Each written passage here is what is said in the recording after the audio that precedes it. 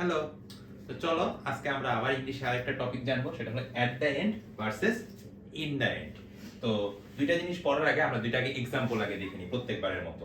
তো কি বললাম, দে গেট পেইড অ্যাট অথবা in the end of every month.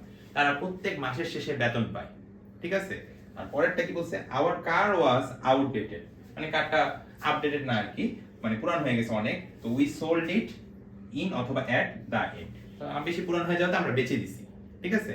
এখন কখন অ্যাড হবে ভাইয়া, কখন ইন হবে?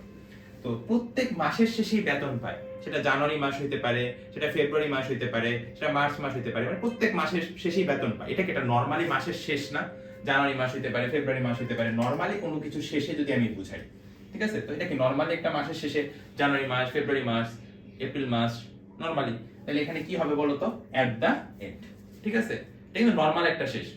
আর এটা কি হচ্ছে, গাড়িটা আউটডেটেড মানে আপডেটেড না, একবার আউট, আমার গাড়িটা বেচে দিছি, এই গাড়িটা কিন্তু আমি আর পাবো না ফাইনালি বা আলটিমেটলি শেষ বুঝাতে, ঠিক আছে। গাড়িটা আমার মানে কি হয়ে গেছে, একদম পুরান হয়ে গেছে, গাড়িটা আমি বেচে দিছি।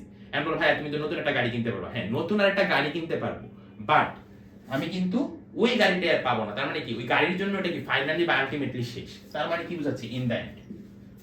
বুঝাতে পারছি? মনে করো তুমি একটা ফ্ল্যাটে থাকো, এখন দুর্ভাগ্যজনকভাবে ফ্ল্যাটটা পড়ে গেছে ভূমিকম্পে।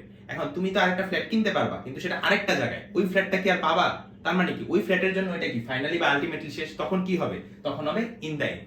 গাড়ির জন্য সেম, কিন্তু সে প্রতি মাসে সে সেটা বেতন পায়। তার মানে জানুয়ারি, ফেব্রুয়ারি, মার্চ, এপ্রিল কমন বেতন পাবি, তার মানে এটা নরমালি শেষ, মাসের শেষ মানে নরমালি শেষ, এই জন্য বুঝাইছে অ্যাট দ্য এন্ড।